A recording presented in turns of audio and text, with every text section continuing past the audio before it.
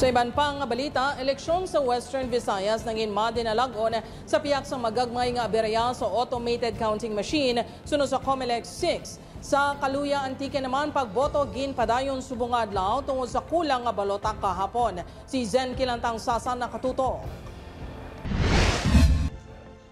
Wala sa mga mayor nga panghangkat nga ginatubang ang Commission on Elections Region 6 sa bago lang natapos nga national and local elections. May mga aberya nga natabo sa automated counting machine sa tion sang eleksyon, pareho sang pagbisyo sang printer kag scanner sang ACM.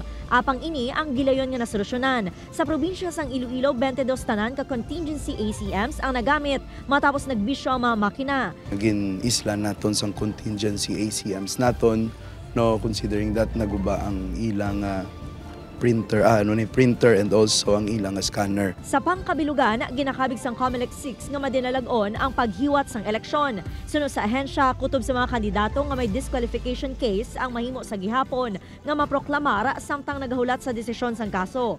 Sa Kaluya Antique, naulihi ang eleksyon bangod sa kulang nga balota nga gin-deliver. Sa 938 voters sa isa ka voting center, 421 lang ang nakaboto, kag ginkulang sang 517 ka official ballots. Nagpadayon naman ang pagboto pagkatapos nga mabato ng official ballots. Nagabot na kina no sa agang aton nga palibag ko nga ginimprinta sa Katiklan gibiyahe ni pakadto sa Libertad kag ang last naton nga pagmonitor pakadto na hindi sa Kaluya halin sa Libertad.